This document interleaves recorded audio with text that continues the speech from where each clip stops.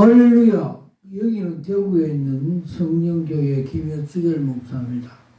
오늘 은혜 받을 말씀은 계획주의 교회론에 대해서 피차 말씀을 통해서 은혜 받기를 소원합니다. 아레베야 숫자 하나, 교회의 신학적인 정의, 작은 일, 교회 조직체인가 신령체인가 대해서 알아보겠습니다.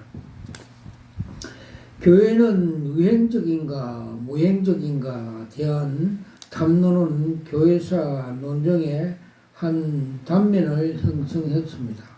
물론 여기에서 유행적인 교회는 물리적인 조직으로서 교회를 의미하고, 무행적인 교회는 이코노니아 중심으로 교회를 의미합니다. 요한 1서 1장 3절. 계획주의 교회는 이 둘 중에 어느 한편을 치사 선택하지 않고 둘 다 포괄한 균형 잡힌 교회관을 가지고 노력해 왔지만 언제나 이상의로 머물고 말았습니다.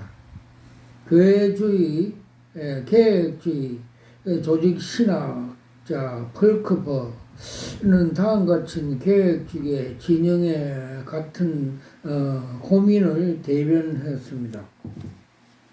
즉, 계획주의자들은 유행교회와 무행교회와 정당한 관계를 유지하려고 애썼습니다. 그러나 그것은 매우 힘든다는 것을 역사를 증명해 줄 뿐이었습니다.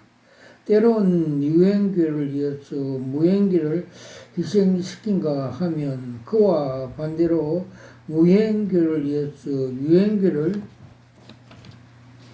희생시켜야 했다고 논제하였습니다. 그는 계속 한쪽만으로 극단적으로 치우친 왜곡된 교회관들을 나열하였습니다. 즉, 소시니아파는 무행교회에서 대하여 말하면서도 실질적으로 그것을 다 잊어버리고, 알레미아파는 교회 본질적으로 성도들의 무행적인 단체로 그것을 완전히 부인하고 주로 유행적인 단체로 만들어 버렸습니다. 경건파는 일방적으로 기독교의 실천적인 면만 강조 주장하면서 모든 각층의 그리스도인은 자기의 영혼의 위험에 빠지지 않도록 세상을 멀리하고 동시에 직능이나 성례를 행하는 조직된 교회에 대하여 무관심할 것을 요구했습니다. 신령주의자들은 외면적인 징조로서는 참 교회의 표정으로 삼을 수가 없다고 하면서 참 교회는 성령의 특별한 조명을 받으며 이 내적인 빛으로 말미암아 그들이 신앙 고백과 생활이 일치한 자들이 교제라고 규정 지었습니다고 논제하였습니다. 또한 칼빈이 특히 공격했던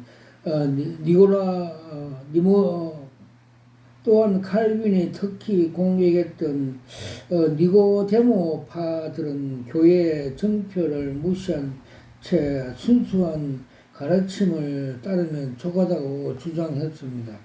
순수한 무행교를 표방하는 무교회주의자들 역시 교회의 순수성을 유지하는데 조직과 직분 같은 제도는 한계가 있다고 보았습니다.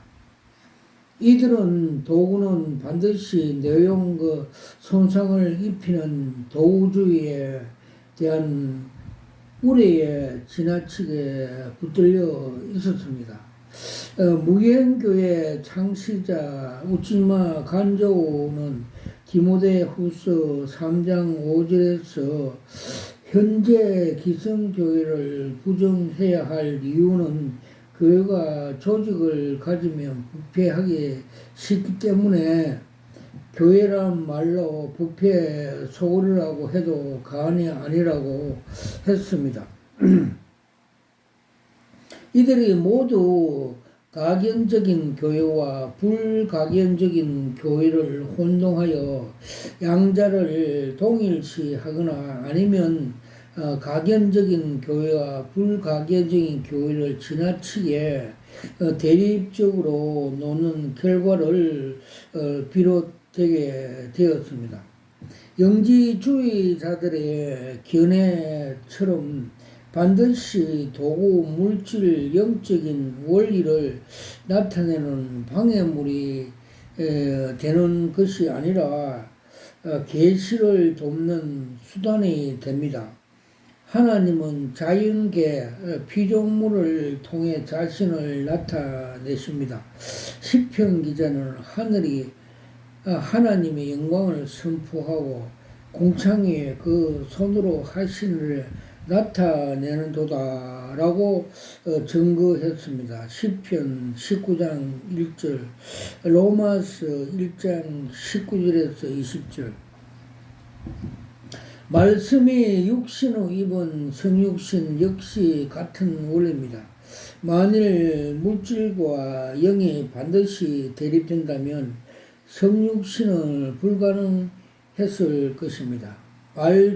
영원한 말씀이 육신을 통해서 인간의 몸을 입었었으며 이러한 역사적인 사실은 영적인 실제가 지상의 형식으로 통해 알려질 수 있다는 원리를 영원토록 확증되며 죽을 수밖에 없는 피조물이 하나님 창조에 적절하게 사용함으로써 영원한 실제를 나타낼 수 있을 만큼이라고 말씀하고 있습니다.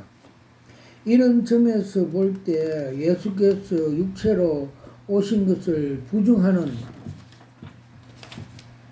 영지주의자들이 예수가 빵과 포도주 형식들 안에서 표현된다는 견해를 부정하는 것을 어쩌면 당연히 보입니다. 형식이나 제도나 자체가 보이지 않는 신령한 것만 동일시 될 수가 없지만 보인 것을 통해 신령한 것을 드러낼 수 있음을 사실입니다. 개신교 유행교의 정당성을 부르짖는 무형 은사가 유행적인 조직 직분에 통해서 실현된다고 보기 때문입니다. 칼빈은 교회 제도와 직분을 보고 유행적인 제도나 직분 없는 교회는 교회가 아니라고 주장했습니다.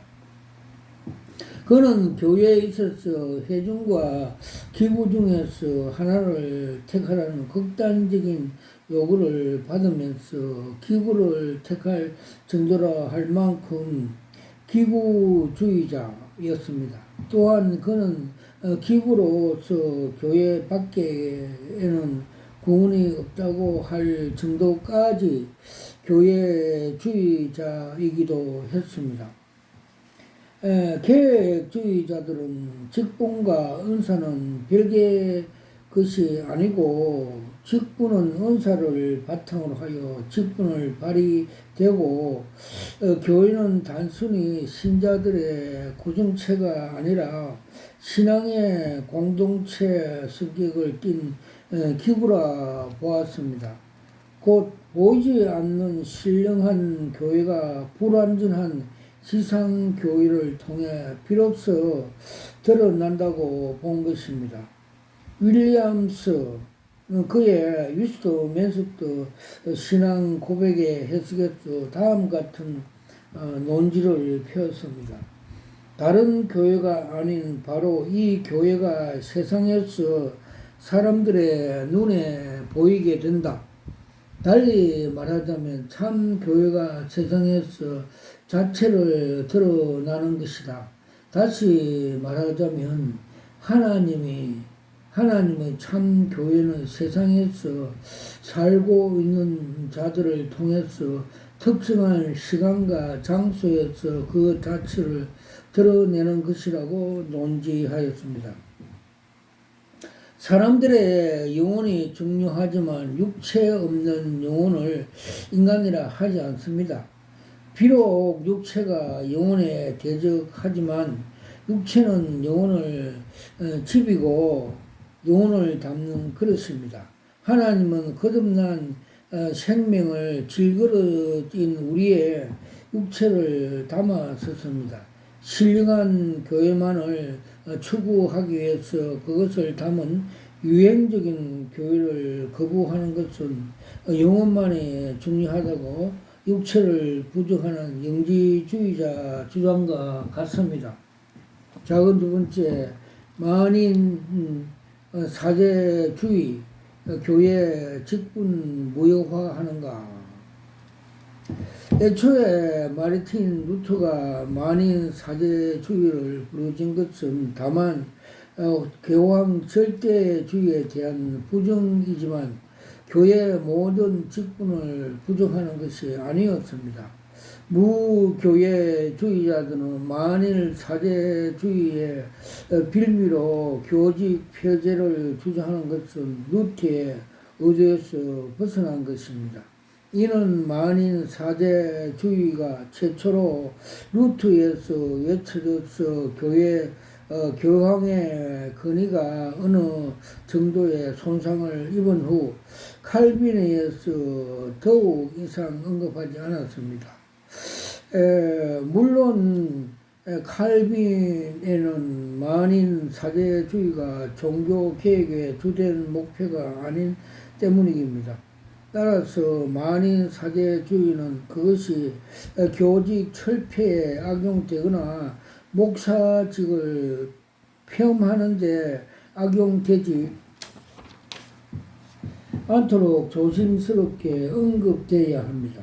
그러나 무엇보다 만인 사제주의는 우리의 시선을 그리스도보다는 사람에게 향하게 한다는 점에서 그 사용이 신중해야 합니다. 칼빈이 만인 사제주의 언급하지 않는 이유를 분석한 니젤의 주장은 동일한 관점을 나타냅니다. 즉 만인 사제주의론은 너무나도 경솔하게 만인 주권자론에 이해되기에 칼빈에게 있어서 큰 역할을 하지 못한다. 여기에서 또 다시 칼빈 신학에 강하게 그리스도에게 정항되어 있음을 볼 수 있다고 논지하였습니다. 큰 두 번째, 다양한 교회관. 다는 아니지만 일부 선교 단체들과 일부 교회들이 교회관을 편향되거나 극단적으로 치도는 경향이 있습니다. 교회가 지나치게 성경 공부 일변도, 교회 일변도, 봉사 일변도 등을 치우치 있어 교회가 마치 한 가지 목적을 위한 존재하는 것처럼 느껴집니다. 때론 그런 일방 편향성 교회가 다면적으로 지향점을 가진 해외 교회들에 비해 효율의 극대성을 개할 수 있는 장점이 있습니다. 특정 부분에서 갈목한 성공을 거둘 수 있고 그것이 모든 교회간의 우수성을 과시하는 과시로 제시될 수 있지만 성경적인 교회를 이루는데 역부족입니다. 작은 이코노미아 중심 교회관. 이코노미아 중심 교회관은 교회를 지나치게 교제 중심으로 하는 입장에 주로 회중교회 성격을 가진 교회에서 찾아볼 수가 있습니다. 심지어 교회를 교제하는 회중의 의미에서 교회라 고쳐까지 합니다. 물론 사도신경에 명시된 성도들의 교통, 교회의 본질적인 기능 가운데 하나님은 분명하지만 그렇다고 그것이 교회의 최초의 전부는 아닙니다. 교회가 하나님의 집, 하나님의 백성, 그리스도 몸 등으로 지칭되듯이 교회는 우선적으로 하나님과 그리스도를 지향하고 이러한 지향적인 점을 가진 교회는 무엇보다 거룩한 예배 공동체를 원합니다. 작은둘 성경 공부 중심 교회. 이 교회의 개념으로 주로 평신도 중심 파레치처 선교 단체들은 교회의 개념으로 교회의 기능을 주로 성경 공부에 제자 교육을 둡니다. 설교에서도 이들에게는 다만 성경 공부의 개념으로 인식됩니다. 이는 80년도 한국 교회 안팎으로 민주화 열풍과 맞물려 큰 호응을 얻었습니다. 근위적인 선포적인 설교에 비해서 쌍방 참여하는 성경 공부, 특히 반근위주의 표방하는 젊은이들에게 호감을 준 것입니다. 그러나 설교는 성경 공부 그 이상입니다. 설교는 교육적인 요소, 회중의 참석적인 요소도 있고 피드백을 통해서 설교자와 청중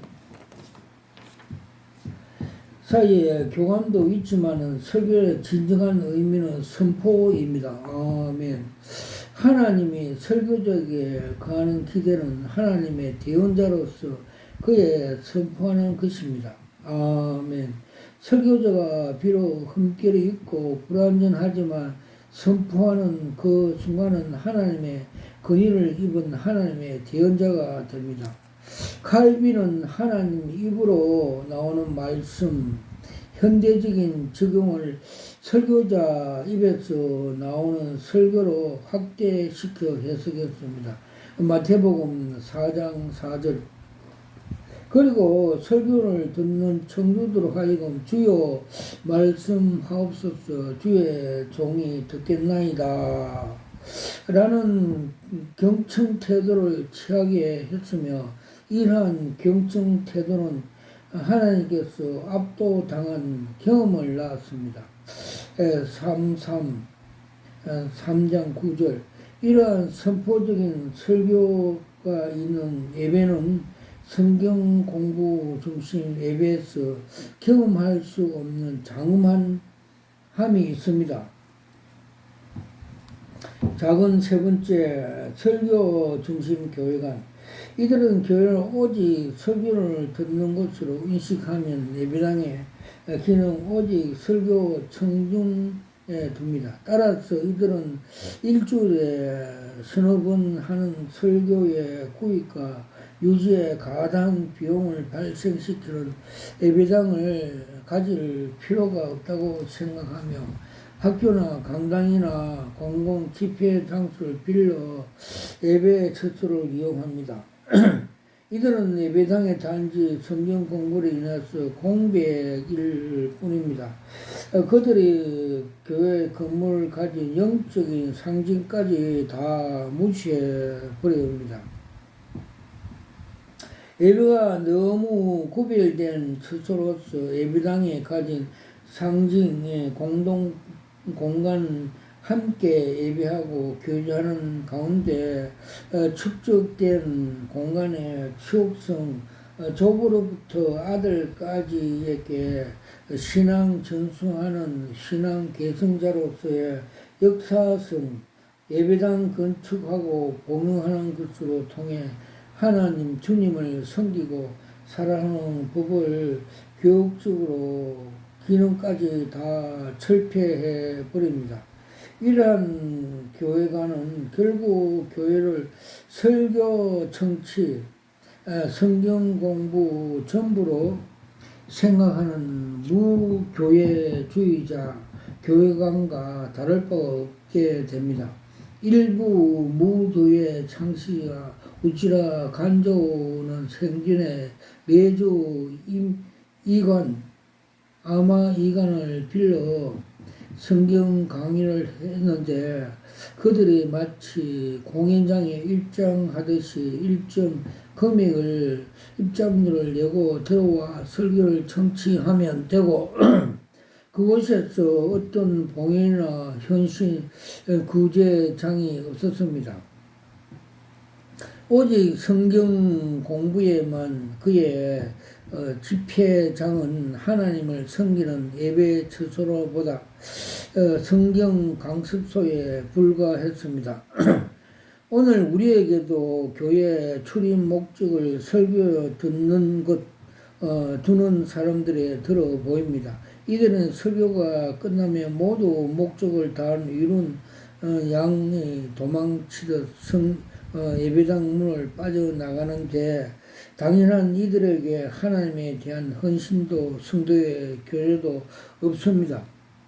그리고 여기서 더 나아가서 사람들이 있는 소위 인터넷 교인들입니다. 이들은 인터넷을 통해 입맛 맞는 설교를 골라 듣는 것으로 예배에 대신하고 일체 교회 출석을 거부합니다.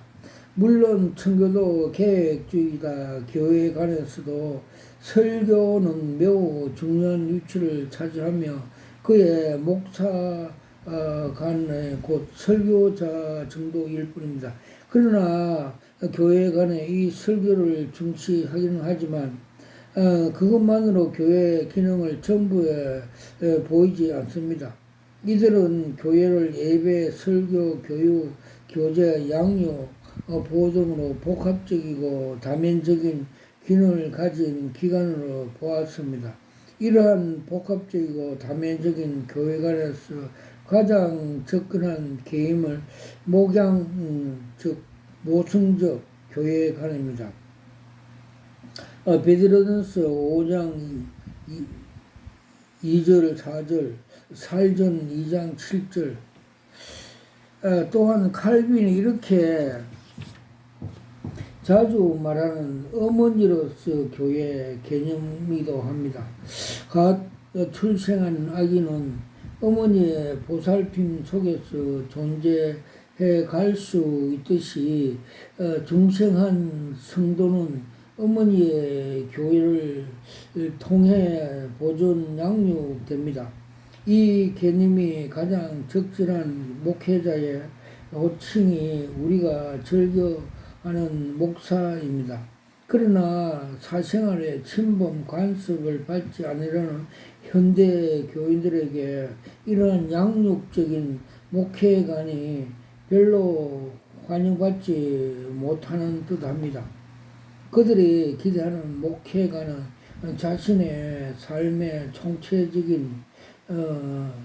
총체적으로 케어해주는 목양적, 모성적 목사보다는 설교만 해주는 설교 목사인 것 같습니다. 큰 세 번째, 계획주의 교회론. 작은 일, 영광스러운 그리스도 몸. 윈스터 신학교 교수가 그의 교회관 저서를 명령하는 데서 알 수 있듯이 계획주의 교회는 그리스도의 영광스러운 몸으로 누리기를 좋아했다. 칼빈 역시 교회를 그렇게 정의했습니다. 이러한 영광스러운 교회의 개념은 그리스도가 교회를 자기 피로 구속하여 아내로 삼았던 사실에 연유하여 이는 곧 그리스도의 몸과 됨을 영광스럽습니다. 에베소 5장 25절에서 27절 남편과 아내가 지혜를 함께 공유하듯이 그리스도 아내인 교회는 남편 그리스도의 지혜의 영광에 함께 공유합니다. 보잘것없는 시골 처녀의 솔로몬가 솔로몬 왕과 혼인함으로써 왕비 지혜를 얻게 된 것 같습니다. 작은 두 번째, 삼일체의 영광의 현현. 교회는 영광스러운 또 하나의 이유는 교회가 삼일체 하나님의 경륜을 도모하고 삼일체 하나님의 영광이 현시되는 곳입니다. 교회는 하나님의 그리스도의 복음으로 택자를 부리고 그 부르심을 믿음으로 응답하는 자에게 거듭남이 일어나는 곳입니다. 이것을 성경은 성부 하나님 자기 피로 성자로 사서 성령으로 통치하시다는 말씀을 표현했습니다. 사도행전 20장 28절. 그리고 이렇게 성삼위 하나님의 경륜이 펼쳐지는 곳에 하나님의 영광이 현현됩니다. 오늘날 교회라고 부르는 곳이 많지만 다 영광스럽다고 할 수 없음은 그들이 교회에서 모두 삼일체 하나님이 현현되지 않기 때문입니다. 하나님의 이름으로 부르면서 그리스도를 부정함으로써 나아가 성령까지 부정하게 됨 삼일체 하나님을 부정으로 유대교 일신론자 집회나 삼일체 하나님을 세 분 하나님을 예고시키는 다신론자의 집회에서 당연히 하나님을 현현되지 않습니다. 그런데 일련 이단분들은 아니라 정통이라고 자처한 일부 교회에서도 삼위 하나님이 충분히 현현되지 않는 것 같습니다.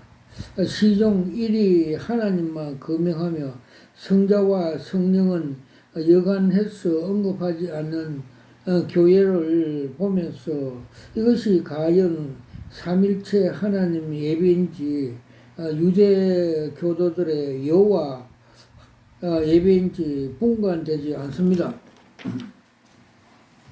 삼일체 신앙 고백이 온전하지 않으면 참된 하나님의 신앙이 아니며 참된 하나님의 신앙이 없는 곳에는 하나님의 현현 영광이 되지 않습니다.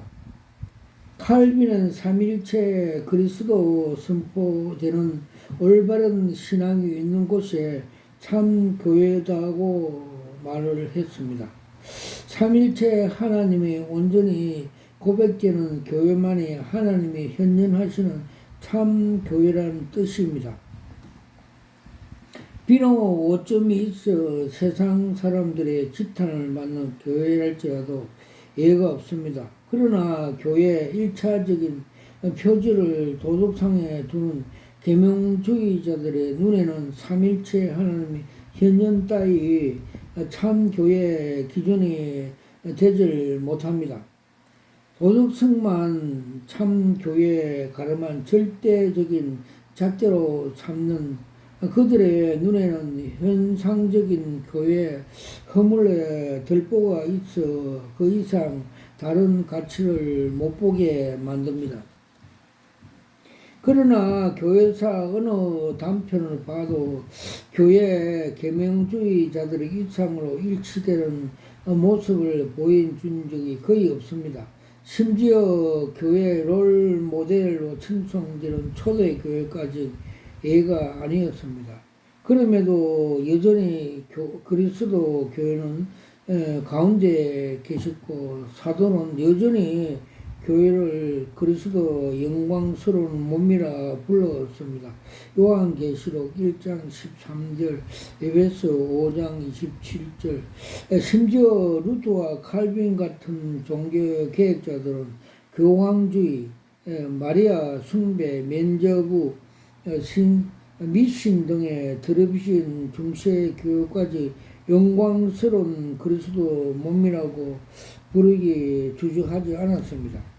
구약시대 광야 초라한 천막 위에 영광의 구름이 머문 사실, 교회는 현상적인 모습과 상관없이 삼위 하나님이 고백되는 교회는 하나님의 영광이 머문다는 예표였습니다. 민수기 9장 15절. 작은 세 번째, 나눌 수 없는 교회, 그리스도 교회. 그리스도와 한 몸을 이룬 교회는 다시 그리스도로 나눌 수가 없습니다. 머리와 몸이 불가분듯이 머리에 그리스도와 몸인 연합이 된 교회는 불가분입니다. 나누는 순간 나누는 순간 몸인 교회도 머리 그리스도도 다 파멸을 맞이하기 때문입니다. 교회 사도 바울은 부부의 죽음이 서로 갈라지기 전까지 나눌 수 없다고 하였습니다. 로마서 7장 3절. 단지 부부 간에 대한 말씀을 넘어 그리스도와 교회 관계에서 포괄적인 것입니다. 즉 부부 한쪽이 죽어야 분리가 가능하듯이 그리스도와 교회는 어느 한쪽이 죽어야 분리가 가능하다는 말입니다. 그러나 교회와 그리스도 둘 중에 하나 쪽에 죽을 수 없기에 육체 연합된 부부 한쪽이 죽을 수 있지만 영으로 연합된 그리스도와 교회는 한쪽으로 죽을 수 없습니다. 사실상 둘이 분리가 불가능합니다. 교회가 아무리 그리스도를 배반하고 실망시켜도 결국 교회를 버릴 수가 없으면 교회의 파멸이 곧 그리스도의 자신의 파멸이기 때문입니다. 계획주의자들은 교회는 그리스도 몸이고 그리스도는 교회의 머리라고 말씀은 교회와 그리스도는 각기 서로에게 속해 있고 둘은 상호 보완적인 관계에 있다는 말씀을 이해했습니다. 골로새서 1장 18절. 그리고 교회 없는 그리스도로 있을 수가 없으며 교회 없는 그리스도만이 생각하는 것은 하나님이 하나되게 하심을 절단하는 행위로 보았습니다. 그리스도와 교회의 불가분한 상징적으로 보이는 것이 선지자 호세아 고멜 부부 관계입니다. 교회가 아내 고멜의 숱한 불륜에도 불구하고 내치지 않는 것은 아내에 대한 끝없는 사랑과 한 몸을 이룬 부부는 결코 나눌 수 없는 공동 운명체라는 자각 때문입니다. 호세아는 아내를 버린 것을 곧 자기 몸을 찢는 것이라고 여겼습니다. 교회에 대한 그리스도 생각도 같은 것입니다. 배교한 교회에 대한 그리스도 역시 끝없는 사랑으로 사랑하셨고 자신이 한 몸으로 이룬 공동 운명체로 여겼습니다. 아시아 7교회에 대해서 그리하셨고 중세 타락한 교회에 대해 그리하셨고 오늘날 한국 교회에 대해 그리하셨습니다. 그리스도 피로 한 몸을 이룬 교회와 교회 연합은 그 어떤 장애에 의해서 단절되거나 무효화될 수 없습니다. 작은 네 번째, 목사 중심의 교회관. 로마 가톨릭 교황 숭배 사상에 경계심을 가진 개교회는 어떤 한 개인이나 직분에 과도히 시선이 집중되는 것을 본능적으로 경계합니다.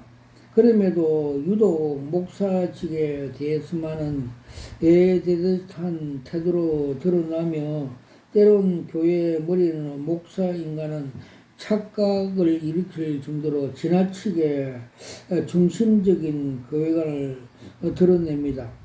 다음 칼빈의 말도 같은 시각입니다. 즉 칼빈은 목사직이 교회 전체 활동을 다 포괄하는 것으로 알아야쓰며 모든 다른 직분자들은 목사의 하는 일에 참여하는 것에 지나치 않는다고 보았습니다.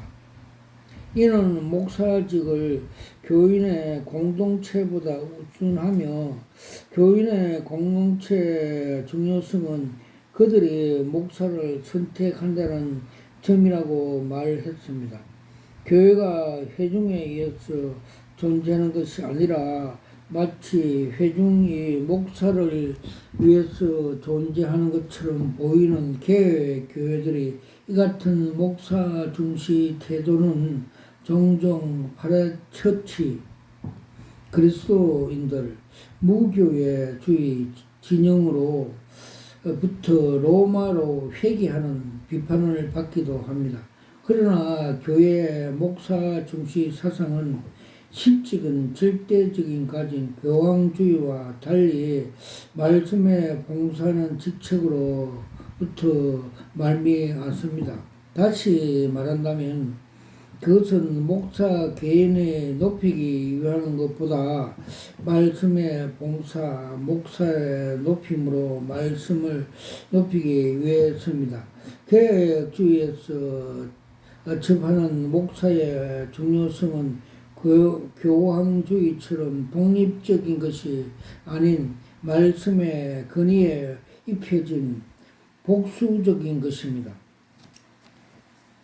다음은 니제렐의 발언에 분명히 하고 있습니다. 즉 설교하는 직분은 어디까지나 봉사하는 일로 남아야 있으며 이 직분을 맡는 자 신으로 종으로 무르익한 종이지만 인간이 대해서 위헌받은 권위 명예를 갖는다. 이는 논한 바 같이 신의 자신이 이러한 간섭 수단에 통해서 우리에게 역사하시고자 하기 때문에 그런 것이다. 칼빈은 주는 말씀을 봉사직을 바로 자기 사도로 여기시길 원한다. 말씀의 선포자는 신의 아들 인격을 대표로 한다고 했습니다. 논지하였습니다. 말씀 봉사로서 목사 중시는 오늘날 개교회 강단 중시 전통을 자연스럽게 이어왔습니다. 그리고 교황의 정치적인 지위와 견줄 수 없지만은 구원하는 강당, 독점하는 목사의 지위를 피할 수 없이 고귀하고 중요합니다. 다음 스프리라울 이 주장은 가장 강단의 중요성을 간파하는 말입니다. 즉 강단이 이상한 곳이며 때로는 위선과 불신으로 가득 찬 곳이 되기도 한다. 그러나 하나님은 그 모든 어리석음에도 불구하고 세상의 구원을 위해서 강당이라는 방편을 택하셨다. 어떤 잡다한 선동꾼, 경건한 자들의 불경한 자이든 하나님 강단에 부어하신 권위를 깨뜨릴 수 없다고 논지하였습니다. 큰 6번째 교회 사역, 작은 일 구원의 방주로서 교회. 칼빈 교회는 철저히 구원을 베푸는 기관으로 인식하는 구원적인 속성을 띱니다. 칼빈은 구원으로서 죄인을 구원한 것을 교회 사역에 우선에 두었습니다. 죄인이 구원을 얻으려면 믿어야 하는데 이 믿음을 공급하는 역할을 교회가 한다고 본 것입니다. 이렇게 교회론이 구원적임에도 불구하고 의례 칼빈주의 하면 구령사역, 약한 주의에 인식 갖게 되는 것은 이미 지적한 바대로 개혁주의가 항상 교회 본질 개혁에 큰 관심을 둔다는 점이 있기 때문입니다. 이러한 입장은 위스트민스터 신학교 설립자 메이친이 공격적인 복음 증거, 방어, 변정 등의 측면에 강화해야 한다고 말을 발견이 됩니다. 시대마다 그리스도 교회를 도전해오는 거짓된 가르침들이 있어 왔기에 어쩔 수 없이 계획과 전투적인 모습을 띠게 되지만, 그러나 그것이 결코 전도적인 교회관을 압살시키지는 않습니다. 교회를 예수 그리스도로 전하는 하나님의 입으로 세워졌다 인식한 계획주의자들의 태도에서 그들이 교회론의 전도론으로 접근하는 것이 확실히 보입니다. 자, 그럼 두 번째, 우주적인 교회. 흔히 사람들이 켈빈을 교회 개신교 분파를 일으킨 장로계 수장쯤으로 보는 경향들이 있습니다. 특히 그의 예증론은 개신교 분파 결정적인 요인이 되는다고 지적을 받아왔습니다. 그러나 칼빈은 분파적인 사람이 아니었으며 그 예증론은 역시 그에게 핵심 교리가 아닌 단지 신학적인 전개를 위해서 수용된 논리적인 전개 과정을 일원화였습니다. 그는 결코 그의 단독 항목으로 들어 주장하거나 생전에 그 교리 때문에 크게 논쟁에 휩쓸린 적이 없습니다. 오히려 후대 칼빈주의자들의 예전의 논쟁에 더욱 골몰했다고 할 수 있습니다. 그 한 예가 칼빈주의자 조지 핏빌더, 존 위슬리 논쟁입니다. 둘은 오래 우정에 나눈 친한 사이지만 예정론 문제 때문에 서로 갈라졌습니다. 칼빈주의자 오도 위버에 의하면 칼빈은 오늘날 말해서 에코노미칼 리스트에 불리는 만큼 교회 일치주의자라고 할 수 있습니다. 물론 이는 WCC의 주장하는 종교 다원적인 교회 일치주의와는 다른 개념입니다. 즉 칼빈은 그의 친구요 동료인 마르틴 부처와 같이 엘미칼 신학자였습니다. 왜냐하면 칼빈은 교회는 하나의 가톨릭적인 이어져야 한다고 믿었기 때문입니다. 혼합주의라는 말이 부처가 처음으로 사용한 말로 알지만은 부처와 마찬가지로 칼빈에게 이 말을 적용할 수 있다고 본다. 칼빈은 종교 개혁의 교회가 결코 하나의 가톨릭 교회에서 떨어져 나온 것이 아니라 다만 가톨릭 교회의 새로운 형태라고 이해했다고 논지하였습니다.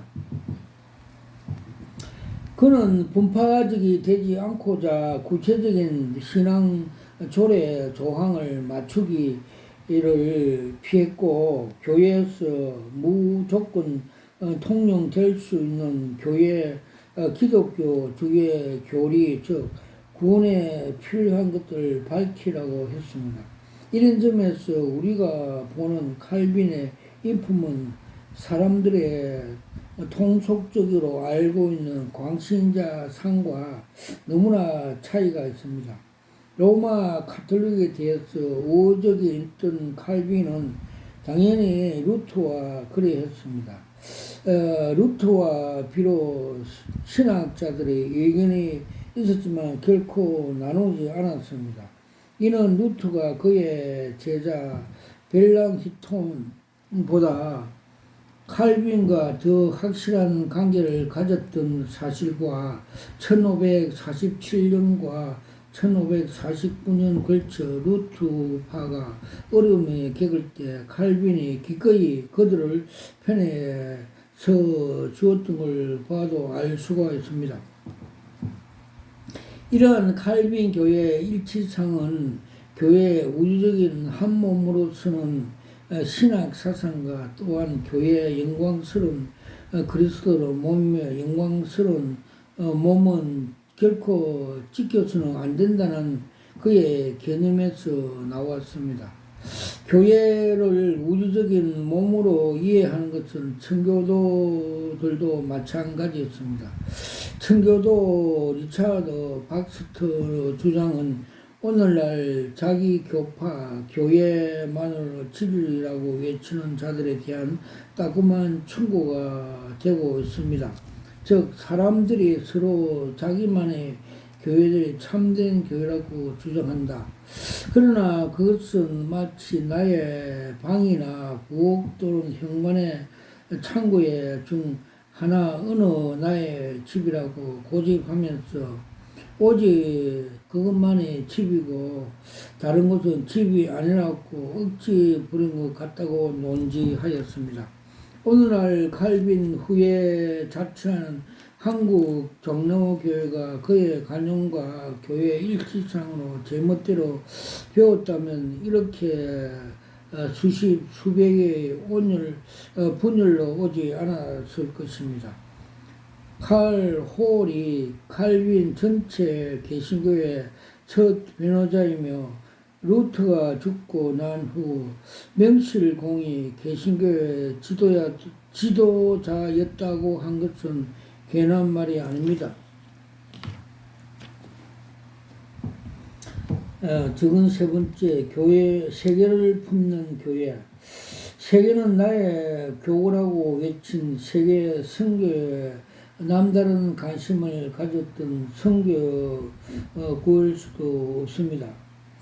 이 설문의 우주적인 교회 위에 건설한 지상 모든 교회가 공유할 구호입니다. 사실 신학적인으로 볼 때 지상 모든 교회는 범세계적인 교회입니다. 벌크퍼가 지적대로 국가 통일 시대엔 구약교회, 민족적인 교회, 국가적인 교회 개념을 가질 수밖에 없지만 성령 강림과 함께 오순절 이후 교회는 선교 지향적이고 교회 지향적입니다. 존 스투도 역시 같은 견해를 피력했습니다. 즉 아무리 봐도 교회는 특이한 공동체이다. 팔레스타인에서 작은 모임으로 시작된 교회는 독특한 타인종, 타국적, 타문화 공동체로 발전했다. 다른 종교들의 특정 민족으로 제한되기에 민족, 분리는 무방하다. 민족, 종교라 분리도 무방하다. 오직 기독교만의 진정한 세계 종교라 할 수 있다. 예수님이 모든 종교, 계층, 종교에서 신봉자들을 얻으러 섰기 때문이다.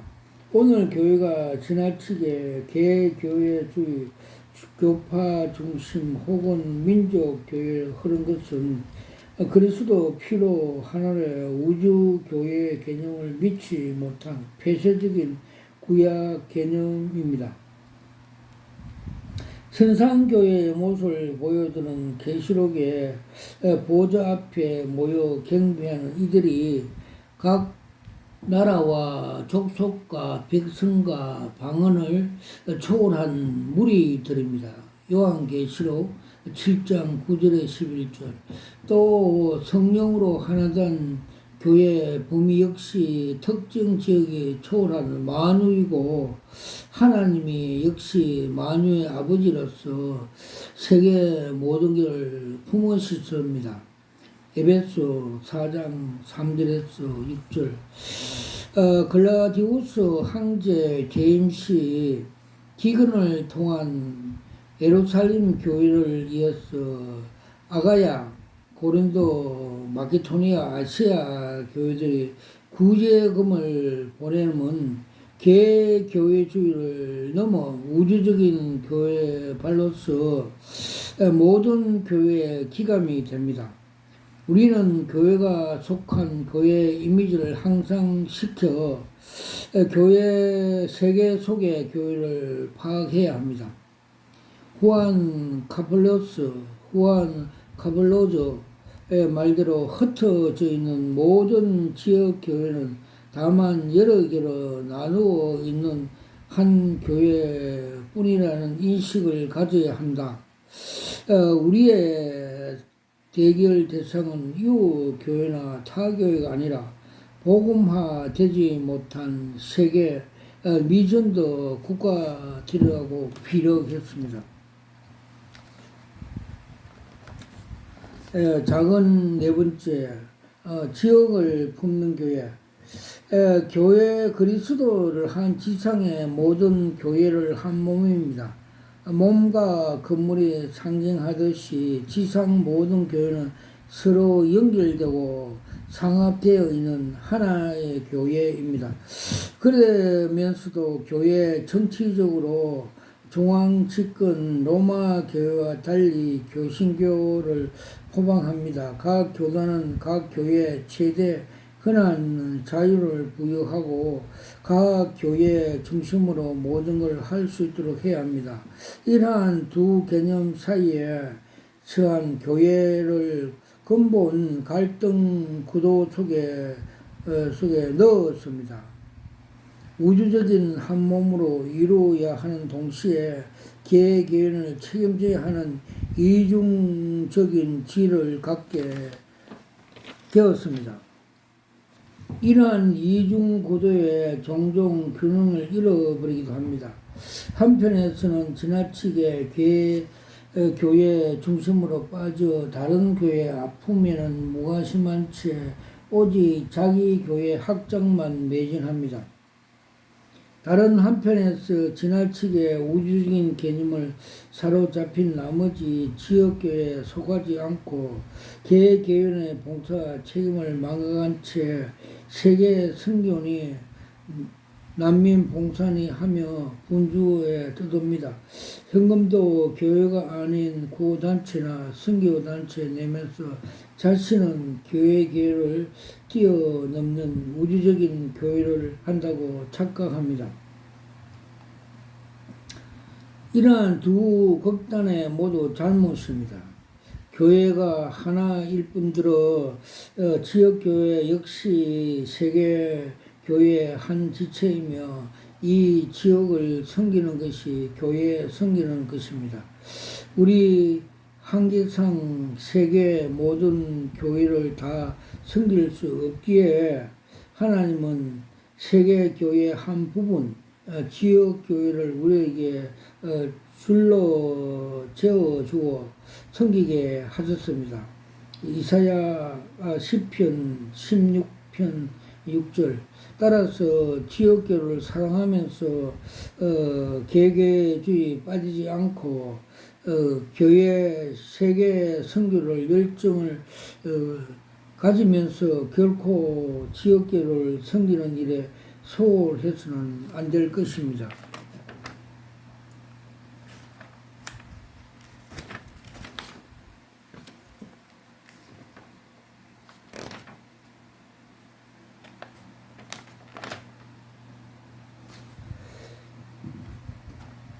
참된 교회 찾는 사람들.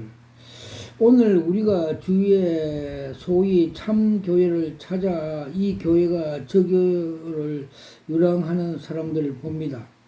이들을 보면 예수님이 말씀한 같이 목자 이런 양을 연상케 합니다.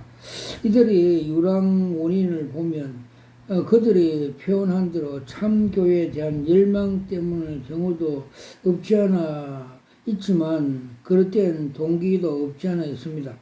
그들 중 다행히 자기가 원하는 교회를 찾는 사람이 있는가 하면 유랑하다가 이단 덫에 걸려지 않으면 무교회로 전락하기 때문입니다. 작은 일, 참 교회인가, 내 입맛에 맞는 교회인가. 이들이 대외적으로 내건 명분들을 보면 교회 운운합니다. 그들의 교회 이상은 비현실적이나 추상적입니다.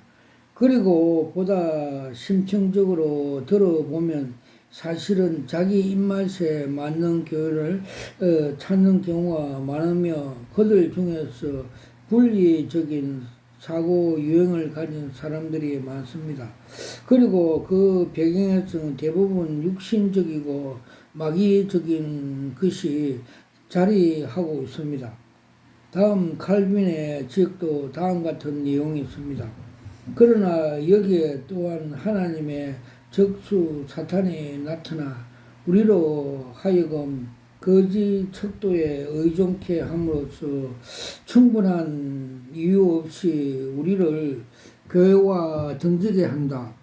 그러므로 참 교회에 관한 물음이 제기될 때 이 물음이 제기되어야 한다. 곧 그 비원은 언제든지 사탄이 숨어 있는 것을 생각해야 한다고 논지하였습니다. 그리고 이들이 꿈꾸는 이상적인 교회는 역사상 있지 않거나 있어도 문제가 있습니다. 왜냐하면 자기의 입맛에 맞추는 천사들만이 있는 교회라면 칼빈이 역시 전투적인 교회 개념을 가질 수 없기 때문입니다. 물론 여기서 말하는 전투적인 교회의 개념은 교회 밖의 선교적인 차원이기보다 교회 내 인간적인 관계에서 발생되는 공동체적인 갈등 개념입니다. 사실 교회의 어려움을 불신 이상 세상으로부터 오는 것도 많지만 교회 내에서 문제들을 지적치 않을 수가 없습니다. 사도 바울의 같은 경우에는 교회 안에서 성도들로부터 많은 오해와 공격을 받았고 이것이 그를 매우 힘들게 했습니다. 고린도후서 11장 13절, 11장 18절, 12장 6절에서 18절, 사도행전 15장 36절에서 39절, 그리고 심판 때까지 교회 안에서 남도록 허용받는 가라질, 마태복음 13장 25절에서 30절, 갈라디아서 2장 5절, 고린도후서 11장 13절, 26장 29절로 인해서 야기되는 갈등, 요인 역시 투쟁적인 교회의 개념을 형성합니다. 비유건대 성령으로 난 이삭과 육으로 난 이스마엘 갈등 같은 것입니다. 갈라디아서 4장 29절. 이렇게 교회 안에서 직면한 다양한 문제, 갈등, 아픔, 시련을 주기도 하지만 성도를 연단하고 온전케 하는 데 기여합니다. 모든 것을 할 수 있는 것으로 전능하신 하나님 교회 안에서 이런 갈등이 허용된 것은 성도들을 온전케 하시는 그의 섭리에서 기인합니다. 따라서 만약 누가 문제 갈등 없는 천국 같은 교회를 찾는다면 성도들을 온전케 하시는 하나님의 경륜을 부정하는 일이 됩니다. 베드로전서 5장 10절 하나님은 아예 처음부터 그런 교회를 계획하지 않았습니다. 두 번째, 참된 표지.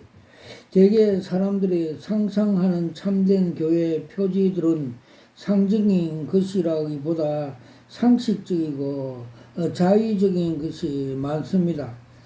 높은 도덕성, 봉사심, 윤리적인 덕목에 기준되거나 혹은 치유, 능력 같은 은사 측면이 그 기준이 되기도 합니다.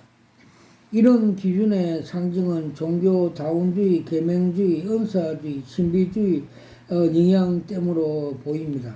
그러나 하나님은 결코 이러한 교회들의 진정한 표지를 말하지 않습니다. 주지하듯이 바리새인들 같은 외식자들도 윤리적인 훌륭한 특성을 보일 수 있고 거짓 교회자들도 능력을 행할 수 있었기 때문입니다. 마태복음 7장 15절에서 23절. 반면에 참된 그리스도 교회임에도 고린도 교회와 같은 윤리적인 타락을 보일 수 있고 경건한 성경학자 아볼로가 목회하던 에베소 교회 같이 교회도 성령의 역사를 결핍될 수가 있습니다. 사도행전 19장 1절에서 2절. 윤리적인 은사적인 기준 참된 교회의 표준은 될 수 없는 반증입니다. 칼빈이 참된 교회의 표정은 구원의 방편으로서 올바른 말씀 선포와 적당한 성령의식을 두는 일반적인 선입관의 뒤집힙니다. 한 교회가 참 교회인가, 그것이 도덕적인가 훌륭한 상태에 있는가 없는가에 달린 것이 아니라 거기에 말씀이 선포되고 있는가에 달려있다. 이것이 우리에게 중요한 것은 우리는 교회의 구원을 관하여 분명하기 위해서 교회가 참 교회인가 아닌가 분별하기 때문이다. 우리는 교회의 신앙을 굳게 하고 길러주는 공동체가 어디 있는가 알아야 한다. 이런 이유에서 교회 위에 말한 두 가지 확실한 표지를 주셨다. 그것이 우리 교회를 인식할 수 있다.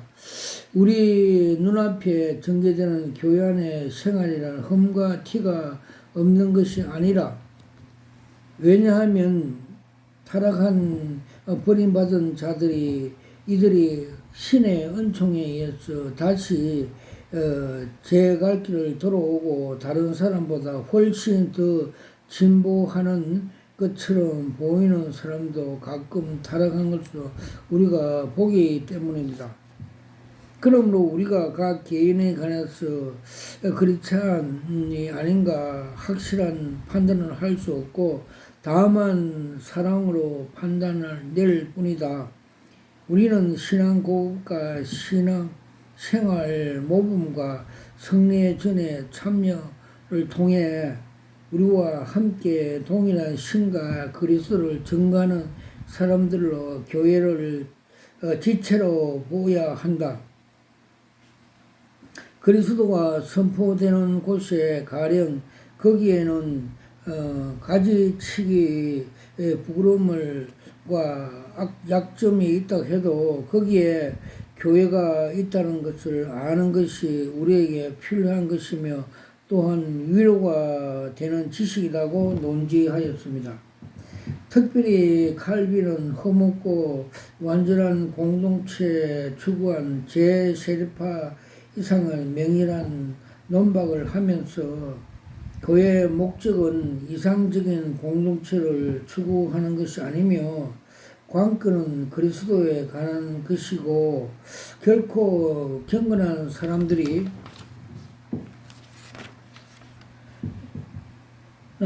경건한 공동체가 아니라고 못 박았으며 왜곡된 교회상을 경계했습니다. 이러한 칼빈의 원리 교회 사정 경험에서도 동일한 확인했는데 어거스틴이 도나투스 논쟁에 이런 그것이었습니다. 누구든지 성직의 정당한 절차에 의해 수임을 했다면 설사 그에게 일시적인 배교 행위가 있더라도 그가 접하는 예배는 무효화될 수밖에 없다는 것입니다. 작은 세 번째, 반드시 교회가 필요한가? 교회에 실망한 나머지 예수 그리스도는 좋지만 교회는 싫다는 문구를 덜먹이며 교회를 떠나는 이탈자를 봅니다. 오늘날 가난한 성도라는 말이 대중적인 용어에 자리 잡을 만큼 그의 철석안이 않는 사람들이 많아졌습니다. 이미 앞서 언급하듯이 이들의 생각, 저변에는 교회 없어도 얼마든지 신앙생활을 가능하다는 생각에 깔려 있는 듯합니다. 그러나 심오한 신학적인 근거 이전에 성도의 영적 생명 유지를 위해서 존재론적인 요구에서 교회의 필요성이 인정됩니다. 사회적인 존재적인 인간은 홀로 떨어질 수 없듯이 중생한 성도 역시 영적 공동체 교회로 필요합니다. 특히 교회 지체인 성도들은 몸의 지체가 서로 의존되어 있듯이 상호간에 의존되어야 한다는 점에서 더욱 합니다. 고린도서 12장 12절 17절. 에밀 브루트너는 계획주의 신앙에서 비켜 사람이지만 다음 통찰력은 눈여겨볼 수가 있습니다. 즉, 우리는 신앙으로 살기 위해서 다른 사람들을 필요로 한다. 우리는 혼자서는 그리스도인이 살 수가 없다. 우리는 모든 것을 혼자서 할 수가 있으나 그리스도로 인으로 사는 것은 혼자서 할 수 없다. 나의 연약한 믿음은 언제나 다른 사람들의 믿음에 의해서 새롭게 되고 강화되며 또 순화되어야 한다. 진정으로 믿기 위해서 우리는 하나가 되어야 한다. 두세 사람이 내 이름으로 기도하는 곳에 나도 그들 중에 있다는 우리는 이것을 다시 배워야 한다. 오늘날 신앙을 포함하여 모든 것이 개인화되고 사적으로 변화하였다. 그러나 이렇게 될 때 신앙이 죽어버린다. 신앙은 오직 공동체 안에서 사귐을 통해서만 자라게 되는 것이다. 우리는 교회란 다른 아닌 가치 사귐이 남아있는 곳으로 규정될 수가 있다고 논지하였습니다. 머리와 지체를 비유된 교회와 교회의 특수한 관계 역시 교회 없는 신앙이 불가능하게 됩니다. 하나님은 각각 지체를 서로 연합하여 머리인 그리스도께 붙여 있게 하셨기에 지체끼리 연합 없이는 머리인 교회와 연합이 불가능합니다. 각 지체가 개별적으로 그리스도에 붙여 있는 마치 손과 발이 몸에 붙지 않고 머리에 직접 붙여 있는 것 같습니다. 상상해 보십시오. 손가락, 발가락 같은 지체들과 모든 장기들이 몸을 통해 않고서는 직접 머리를 붙어 있다면 그야말로 흉흉측한 괴물이 되고 맙니다. 그리고 교회가 필요한 또 다른 이유는 그리스도 충만한 임재를 누리기 위해서입니다. 두세 사람이 내 이름으로 모인 곳에 나도 그들 중에 있으리라. 마태복음 18장 20절 말씀에 나타나듯이 그리스도는 교회 공동체 안에서 임재 약속하셨습니다. 그리스도는 성도 각 사람 안에 계시지만 두세 사람이 모인 교회 공동체 안에 더 풍성히 임재하십니다. 120문도가 모인 다락방에 성령의 강림하신 사실은 그리스도 교회 공동체 가운데 임재하신다는 확증입니다. 따라서 오늘 그리스도와 개인적인 친밀한 을 추구하고자 교회와 그를 두겠다는 주장은 전혀 근거가 없습니다. 성경에는 교회 공동체를 벗어난 개인주의 신앙을 두둔해 주는 것이 한 곳도 없습니다.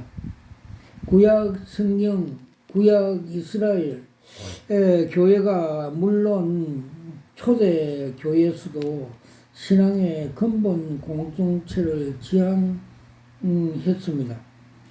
중세 로마 교회 부패를 계획하고자 했던 루터 칼빈 당시 로마 교회에서 분리를 원치 않았습니다. 비록 천주 교회가 부패했음에도 여전히 그리스도 몸을 부정하지 않고 교회에서 자기들을 분리하지 않았습니다. 그들이 천주 교회에서 분리된 것은 자기가 아닌 로마 가톨릭부터 파문을 당한 결과였습니다. 그들은 끝까지 로마 교회에서 남아 교회를 개혁하려고 했으나 용납되지 못했습니다. 오늘날도 진리를 운하면서 뛰어나가 교단을 파헤치는 얼치 지도자들이나 교회를 이리저리 옮겨 다니는 철새 교인들이 타산 지적으로 삼아야 할 것임을 부분적인 것을 가르쳐 주고 있습니다. 아멘. 와카라와이샤와 캄마카 팔라스와카 칼라와이샤와 캄마카 팔라스와. 저는 대구에 있는 성령교회 김혜슬 목사입니다. 저는 목사 안수 받을 때 주님으로부터 계시 은사 힘돌을 받았습니다. 그때 제가 무릎 꿇고 두 손으로 받으면서 이것이 여러 수억짜리입니다 하면서 받았습니다. 그리고 에스겔서 3장 33장에 파수꾼 너가 나팔을 불지 않으면 네 손에서 핏값을 차겠다 함으로 인해서 저희가 이렇게 많은 계시를 받고 이렇게 계시 사역을 하고 있습니다. 그래서 오늘 주님께서 대표적인 계시를 몇 가지 소개하겠습니다. 주님께서 2013년 부산에서 종교다원주의 세계교회 협의회 집회할 때 그 정체성을 보여주셨습니다. 저 그림 한 장으로 보여주셨습니다. 선수 입장하는데, 큰 운동장에서 선수 입장하는데, 선주에 검정색 WCC 사냥개를 상징해 선두로 가고 있고, 그 뒤를 따라 한국 교단장, 유명한 목사들이 그 뒤를 따라가고 있고, 또 그 뒤로 또 세계 잡종 종교인들이 따라가는 그림 한 장을 보여주십니다. 그때 주님께서 너희들이 저 사냥개 WCC 따라가면 너 영혼도 사냥당한다. 저 지옥으로 간다는 말씀을 주셔서 제가 막으러 갔던 사실이 있습니다. 와카라와샤 와카마카파라서 와칼라와이샤 와카마카파라스. 그리고 주님께서 요사이 말세가 다 돼 감으로써 요한계시록 8장 10절에서 14절 말씀대로 천사가 셋째 나팔, 넷째 나팔을 불 때 마귀가 사탄이 이 염려단체 WCC, WEA, NCC, 로잔, 가톨릭 등 각종 음료단체, 이단단체에게 먼저 거짓 목사들에게, 거짓 선지자들에게 쑥물을 먹여 그 쑥물을 먹은 목사들이 다시 교회에 와서 쑥물을 먹여 많은 사람이 죽는 그림 한 장을 보여주십니다. 즉 주님께서 마태복음 24장 3절에 사람의 미혹을 주의하라 하셨고, 또 24절에 거짓 그리스도 거짓 선지자들을 조심해라. 마지막에 그 택한 백성도 미워한다고 말씀해 주신 같이, 지금 그 WCC, WEL, NCC, 로잔 등을 거짓 음녀 단체라고 보여주습니다. 저 그림 한 장으로 보여주습니다. 상수도 물 장부에서 쑥물, 독극물 푸니까 그 물이 흘러가서 많은 고기들이 죽는 그림을 보여줍니다. 지금이 그때란 것을 상징해 보여주셨습니다. 그래서 WCC는 그 사냥개 검정새 사냥 사탄 자체이고, WEA, NCC는 시장에 그 돈을 각출하는 폭력배 그 음녀 집단이고, 로자는 철학과 사상으로 바벨탑을 인본주의 하나님을 대적하는 음녀 단체로 보여주셨고, 로마 카톨릭은 노란색, 흰색이 돼야 되는데 노란색으로 변질되어 음녀의 어머니, 요한계시록 17장 5절에 나오는 음이라고 보여주셨습니다. 로자 카톨릭이 음녀 단체 다 접하고 그들과 다 통하고 음녀 단체를 다 움직이는 음녀 단체 어머니라고 상징해 보여 주셨습니다. 와카라와이샤 와카마카 팔라스 와카 칼라와이샤와 카팔라스와카. 주님께서 지금 음녀 단체가 많은데 로잔에 대해서 정체성을 보여주셨습니다. 세 분이나 보여주셨습니다. 첫 번째는 5월 10일 날 그림 한 장으로 보여주셨습니다. 지하 1층에 많은 사람들이 모였고, 전다 앞에 책상 위에 그라스 잔에 술잔을 다 들고 있고, 두 사람이 앞에 나와서 술이 취해서 술잔을 높이 들며 브라보 뭉치자 이런 선창을 하니까 많은 사람들이 후창하는 걸 보여주습니다. 술 취했단 말은 뭐냐 하면 이미 미혹이 됐다는 걸 상징적으로 보여주셨습니다. 그래서 저들은 주주총회하는 식으로 인간의 철학과 사상으로 바벨탑을 사서 하나님께 도전하는 인본주의 단체라고 상징해 보여주셨습니다. 와카라와이샤와 카마카 팔라스와. 그리고 두 번째는 5월 17일 게시 한 장을 보여주습니다. 넓은 평야에 별장 같은데, 도성 같은데 거기서 범죄가 일어났다면서 파출소 경찰서에 신고되어서 경찰관이 가는 그림을 한 장 보였습니다.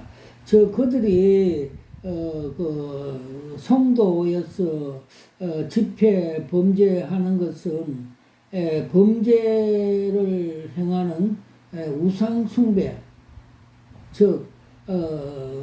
이스라엘 백성이 광야에서 금송아지를 만들어서 이것이 하나님이라고 우상 숭배하는 범죄를 저지르고 있다는 걸 상징적으로 보여주셨습니다.